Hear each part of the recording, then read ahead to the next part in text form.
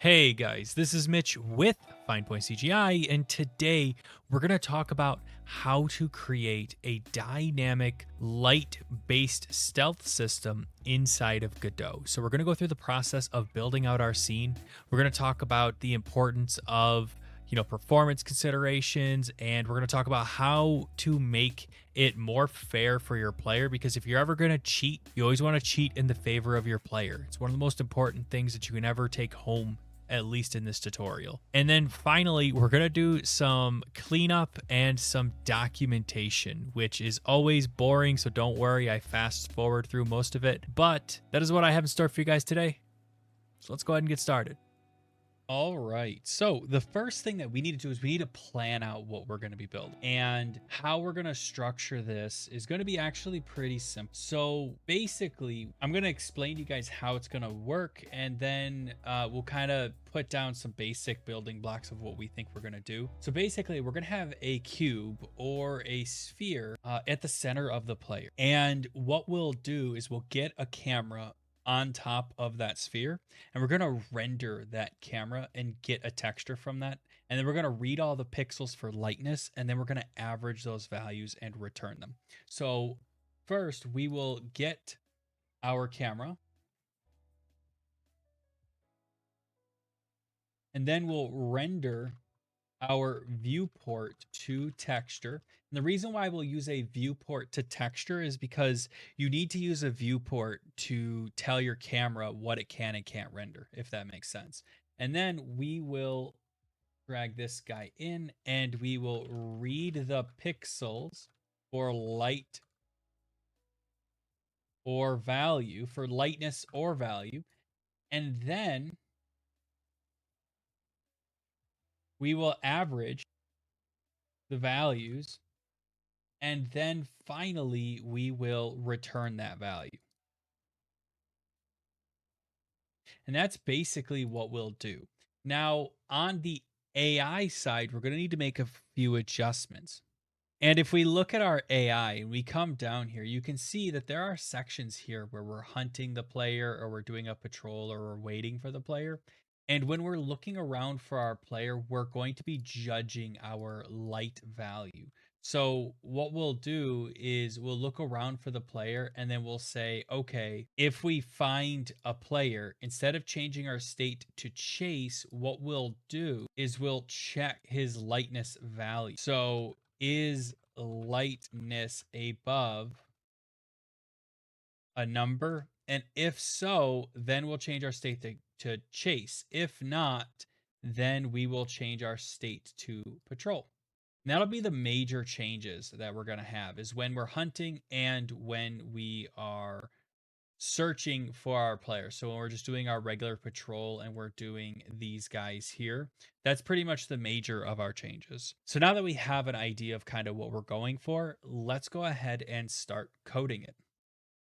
Okay, so the first thing that we have to do is we need to actually go through and build our scene. So let's come up to scene, new scene, and let's click on our 3D scene. Now we're going to name our scene light detect, and we'll right click that, and we're going to add in a child node. Now we're going to add in a mesh, because we need to have some kind of mesh for our light to actually reflect off of. And we'll come over to our empty, and we will come down and add in a new sphere shape. And then we'll kind of come in here, and we can come in here and change our radial segments, okay? And we don't want a lot of radial segments, just because there's no reason to have all that additional information. It's just going to kill your performance for literally no reason. So we can come in here and just bring this radial segments down to something really small, like 5 or 6. We could bring our rings down to something like 1 or 2, and that'll give us a good enough representation of the environment around us that we don't really need that much information. Now, once we have this, we need to have a camera. for us to be able to use this. But we can't just have a camera that exists in our scene, because if we use a camera, it's going to affect our other actual camera, and we can't grab a texture from that camera, if that makes sense. So we need to create a viewport, okay? So we'll come up here, we'll right click, and we'll add in a child node, and we'll add in a viewport. And you'll see that we have a lot of options here. So we have a sub viewport and we have a sub viewport container. Now, a sub viewport container will allow us to see our sub viewport, and a sub viewport is basically like a separate rendering environment, if that makes sense. So we'll add in a sub viewport container just for debugging purposes, and we'll just drag this guy out and we'll click stretch. Okay, and we want to do stretch because that's going to stretch our viewport out to our proper pixel size, and that's going to be really good for us to do debugging. Because if we do it really small, if we do a small viewport, it's going to be really, really tiny on our screen. It's going to be really hard to see. Now, if we right click our sub viewport, add in a child node, and add in a sub viewport, and then right click that, add in a child node, and add in a camera, then that will pretty much be more or less what we need. Now we're going to rotate this camera 90 degrees, and then we are going to come over here on the right side and find the aspect ratio. So we'll go to projection and we'll go to orthogonal. And orthogonal basically means it's going to make all of this perfectly flat. So instead of seeing things in a 3-dimensional perspective, it's going to see everything in a 2-dimensional perspective. And that's really good if you want to make like a 2D, 3D game or something like that. That's what this mode is more used for. Now, if we drag this guy up to something like right here and we hit preview, you can see what this camera can see. Now, basically, this is going to give us a decent representation of what the environment looks like for us, okay? And we're basically going to grab this as a picture, and then we are going to basically read the pixels on. Now, we are going to need to change some things in our sub viewport. You'll see that right now it's pink, and even if we adjust this, you'll see it's really kind of broken, right? You'll see how it's got like these weird flickers and stuff.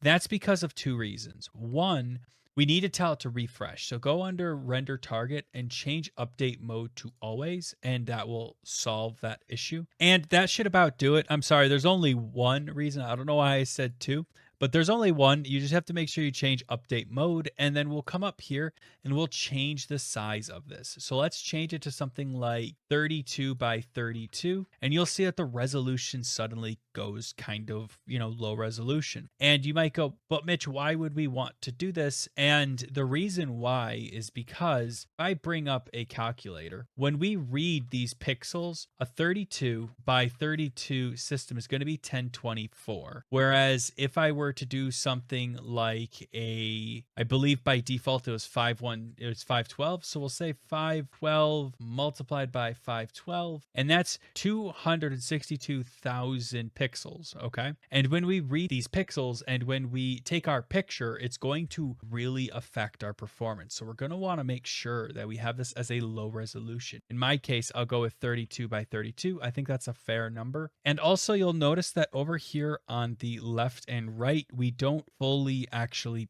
encompass our full object. So let's head over to our camera real quick and let's just adjust the size of this camera so that it matches up perfectly with the bounds of our object. I think that might do it. Let's see how that looks. It's almost there, but I think that'll be good enough for what we're doing. We're probably going to need to change this anyway because we're going to need to get this to be smaller anyway, so it's not that big of a deal. But once we have this set up, let's head over to our light detect. Let's right click it and attach a script. And let's go ahead and name this lightdetect.cs and click create. All right, so the first thing we need to do is we need to build out our light detect system, okay? So what we can do is we basically need to do 2 things. One, we need to get our light level, okay? And number 2, we need to be able to get our light level outside of our script. And we can do this one of 2 ways. And the other one is we need to get our actual image of our stuff and then read all the pixels. So first, let's set up a public variable up here. So we'll say public double light level, and we'll say get semicolon set because we're going to make a getter and setter for this. And then for our get light level, what we can do is we can just first grab our image. Now we need to actually create an image. So we'll say image is equal to get node. And we need to grab our sub viewport. We need to pull back our sub viewport container. So sub view container slash, and we need to actually grab our sub viewport. So if we head over to Godot here and we grab our sub viewport, we can do that. And then we can just hit dot get texture dot get image. And then we can pull back our pixels. So first, we're going to need to loop through our image. So for int I is equal to 0, I is less than, instead of 3, let's say image dot get height, I is plus plus. And instead of I, let's just hit Control RR and change that to Y. And then for int x in our image dot get width, and then we can get our pixel and check its value. So what we're doing here is we're literally looping through the height of our image and the width of our image, and then having those two values for us to be able to use. So to get back our pixel, we'll just come in here and we'll say image dot get pixel. And then we need to pass in our X and our Y. Now this returns a color. If you see right here, it shows a little color right here. Let me zoom in real quick for you guys. This shows a color. So we can just say color pixel is equal to image dot get pixel.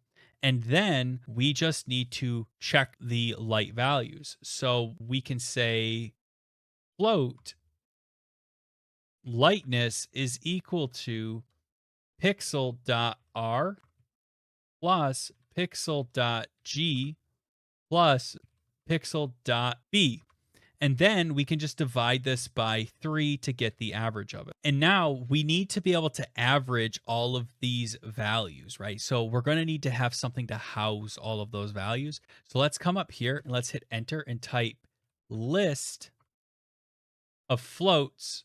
And we will name it, instead of light, let's name it lightness list, and then just go lightness list dot add lightness. And there we go. And then we need to average these values. So we can just come in and say lightness level is equal to lightness list dot, and we need to average those values. And here's where C# gets kind of crazy. We can just type average, and there we go. And we're done.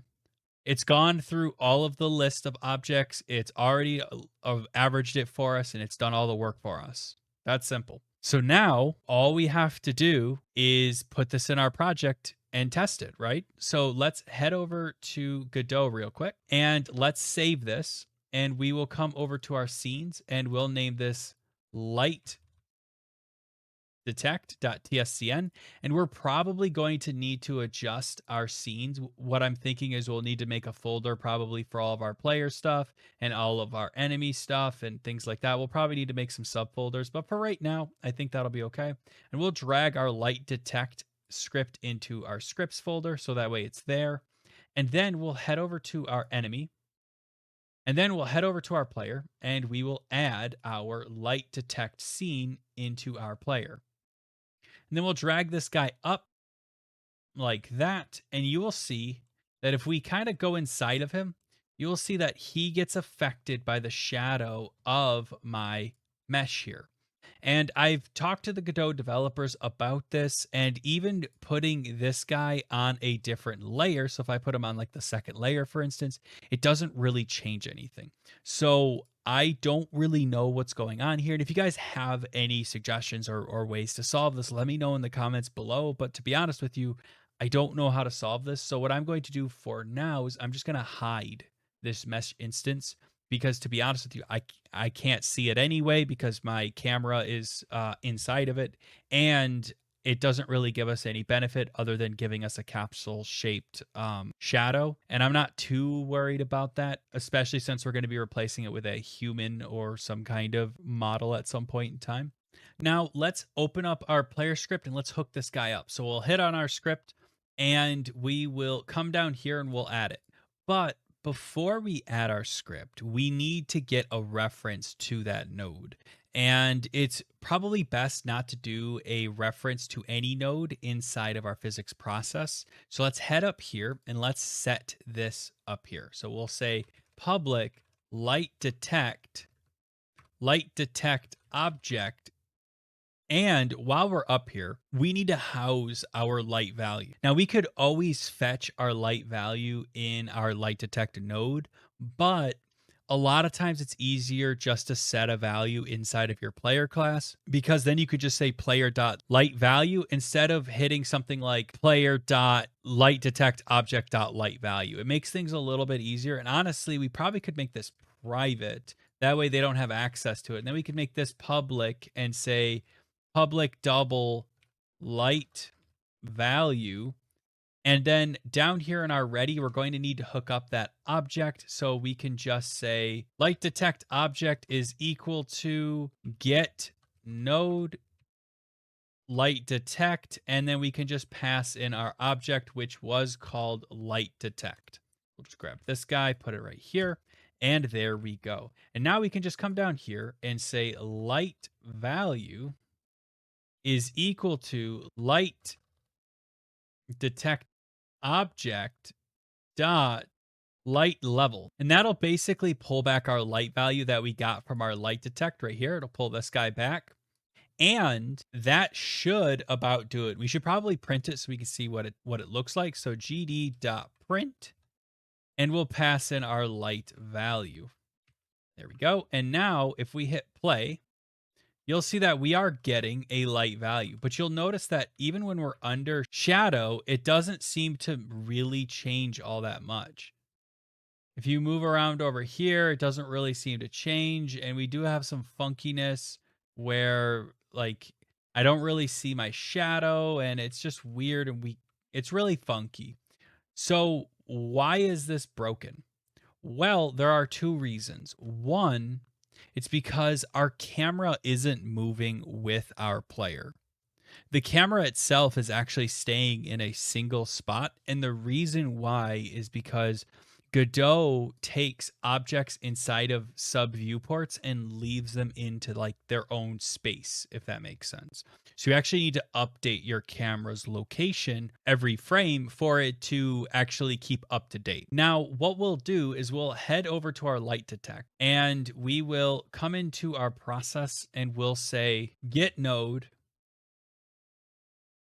camera 3D quote, and we'll need to pass back this path. So sub viewport container slash sub viewport slash camera 3D dot global position is equal to self this dot global position. And that will handle that. So now if we come back and hit play and we start moving around, you can see when I go underneath this, the value has gone down. See how it goes from 5 to 3. And you can see that the actual box in the upper right hand corner has updated as well. You can see we are now in shadow. We are now out of shadow. But you'll notice a couple of things. The first one is if you see this, we can't see our sphere, which is a problem. The other big problem that we're having is that it doesn't feel like it's super accurate, or if it is accurate, it feels like it's almost not fair, okay? And I'm going to explain some things about fairness in video games. So first, let's head over to our light detect and let's come down here. And when we do our global position change, let's just say is equal to a new vector 3. And we'll pass in this dot global position dot x, this dot global position dot y plus 0.3f, comma global position dot z, And that should about do it. So what we're doing here is we're basically just offsetting our camera by 3.3 units up. And that should help with some of the issues that we're running into.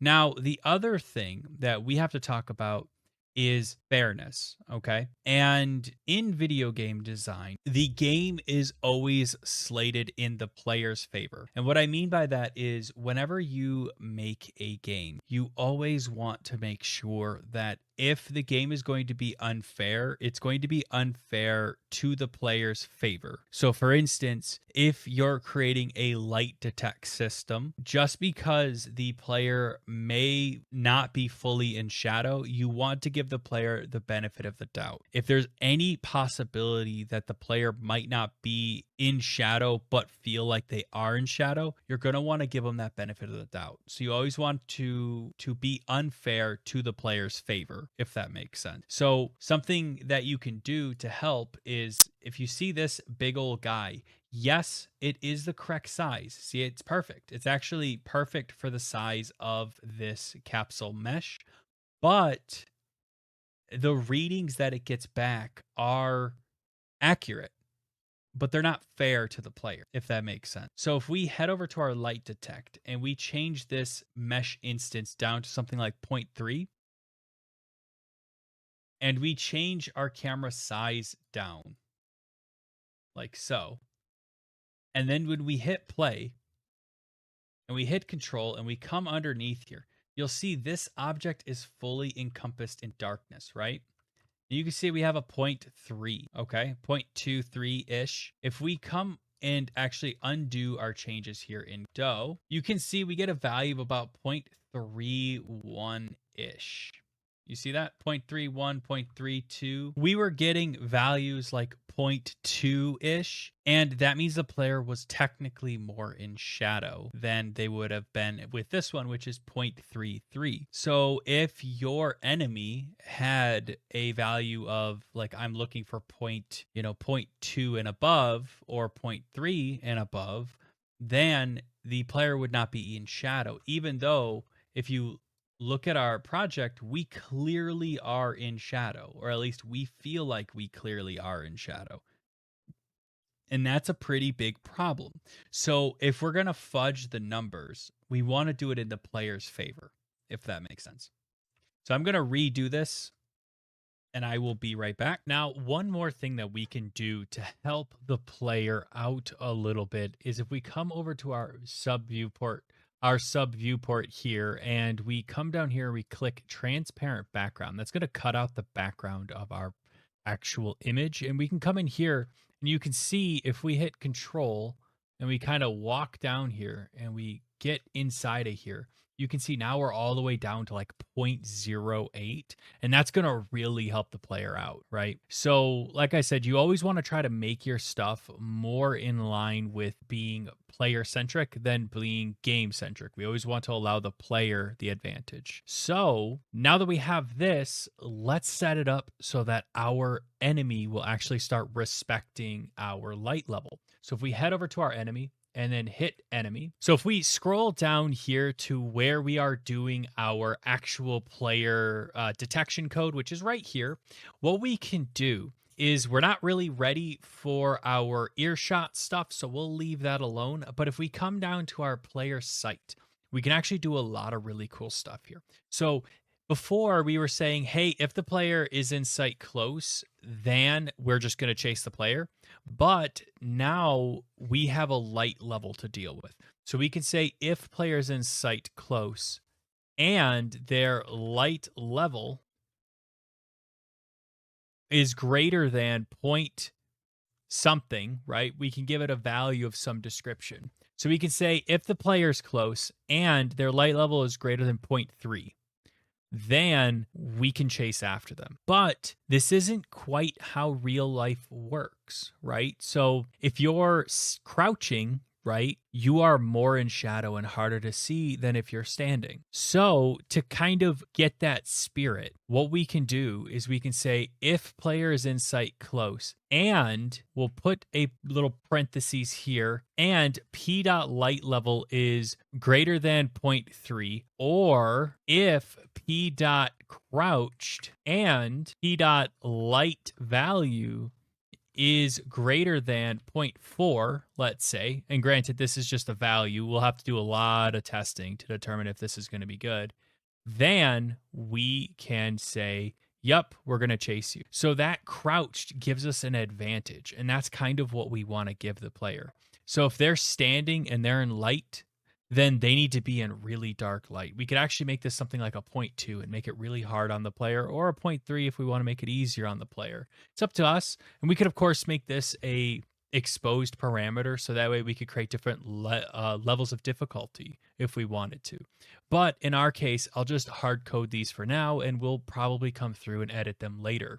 One of the things with our next section here where we're doing this player sight far, let's reorganize some of the code here. So first, if players in sight far and they are not crouched, right, then we can hunt them, okay? But if they aren't crouched, and instead of if they are crouched, let's check their light level. So p dot light value is greater than something like maybe 0.6. So we'll just say 0.6. Or if they are crouched, p dot crouched and their light value is greater than perhaps something like 0.8.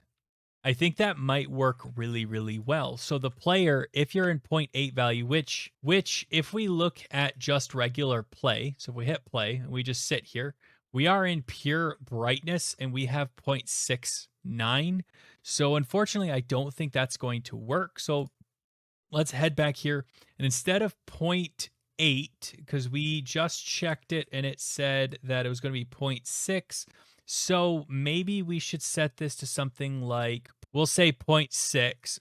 So if we're crouched and the light value is greater than 0.6, or if the light value is greater than 0.5 if you're not crouched. I think that that's fair for the user, because if you're crouched, that means basically in broad daylight, they can't see you. If you're not crouched, then in medium light, they can see you. I think that that's fair.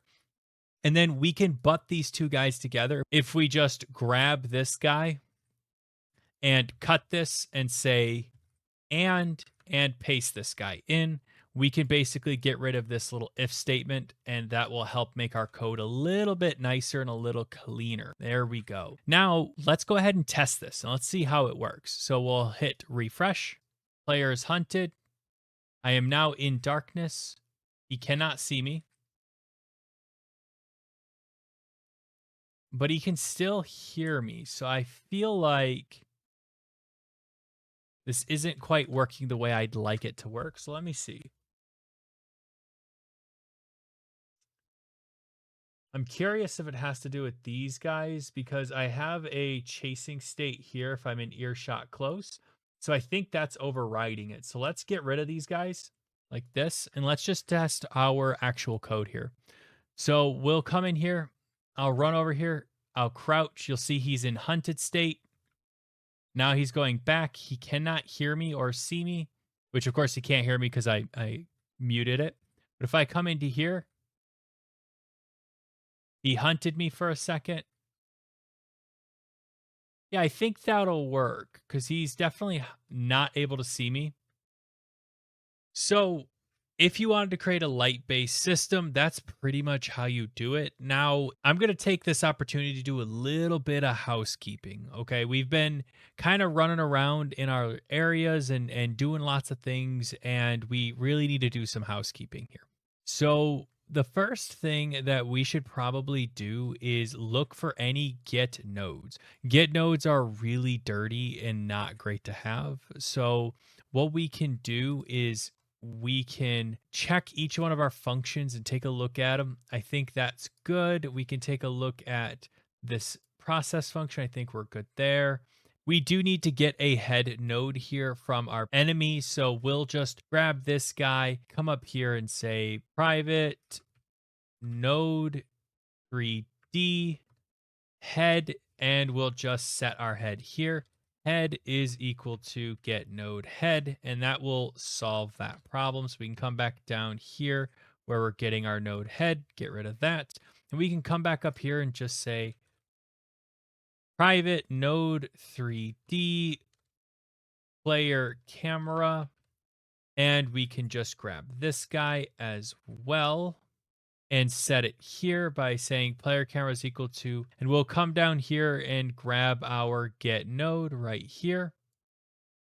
So we can grab this, bring it up here, and then just say player camera instead. Just to clean that up, a lot of get nodes is difficult and hard to use. And I'm going to uncomment this for right now because in the next video, we're going to actually build this part out. So we'll come back to that.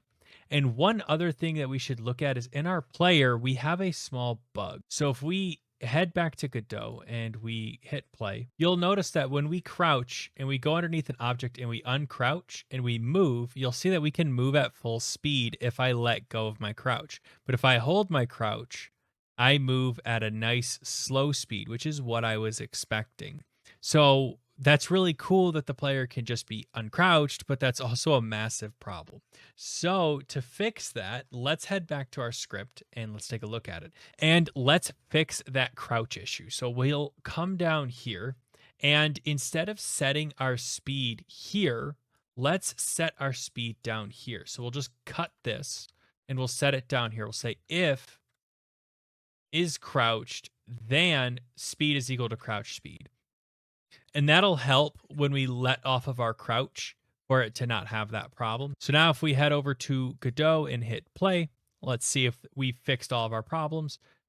So when we let go, it doesn't speed up anymore. So that's good. That's what we wanted. We're still getting a debugger issue. Object reference is not set to an instance of an object. Player. Oh, that's because we're not assigning the player. Okay. So hit X, Control X, and we'll put this guy in here. That's my fault. Obviously, you can't pull the player as a reference if it doesn't exist. So that's my fault. So we'll do that and hit play. And that should solve that problem. There we go. And something else that I wanted to talk about that is important to do is to document your code. And I know that that's not fancy and that's not exciting, but it is really important to do. So I'm going to do a documentation pass on the code and I'll just basically fast forward it so you guys don't have to see it, but it's really important for you guys to do it. And here, let me show you why. So if we come up to our private void check for player and in Visual Studio, not Visual Studio Code, but in Visual Studio, if you hit comment, so you do 3 lines, it'll automatically build what's called a summary. And what you can do is you can describe what this function does. So this function raycasts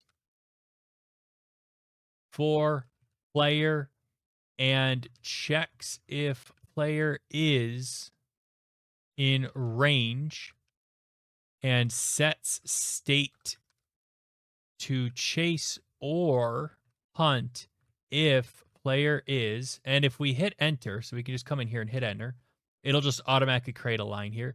If player is in range and seeable. And the nice thing about this is if we come into, for instance, like move towards point and we type check for, and we just sit there for a second, you'll see raycast for player and checks if player is in range and sets state to chase or hunt if player is in range and seeable. And also I'm very awful at spelling, but you can see and seeable there. I think that's probably better, but it makes it so that we actually have documentation for our code. And the nice thing about Visual Studio is if we come in here and we find something like, for instance, on close hearing body enter, if we do this, you'll see it automatically creates a parameter. And that's really nice. So we can put signal for when player is in hearing range close to enemy. And then we can say the parameter is the object that is in range. And if I come in here and I go on close, hearing bodied enter, it should come up with what it is. Signal for when player is in hearing range. And if we put a parentheses here, it'll actually tell you signal for when player is in hearing range close to enemy, obj, the object that is in range. And that's kind of the nice thing about documenting your code. And the same applies for any stuff up here as well. So for instance, if you come in here and you say the enemy's current state, and you come down here and you type current state, it will show right here the enemy's current state. So you really want to make sure you document all of your code. It's really important to do it. So I'm going to do a documentation pass, and of course I will fast forward through it. So you guys are probably just going to see it go by quick, but I will be right back.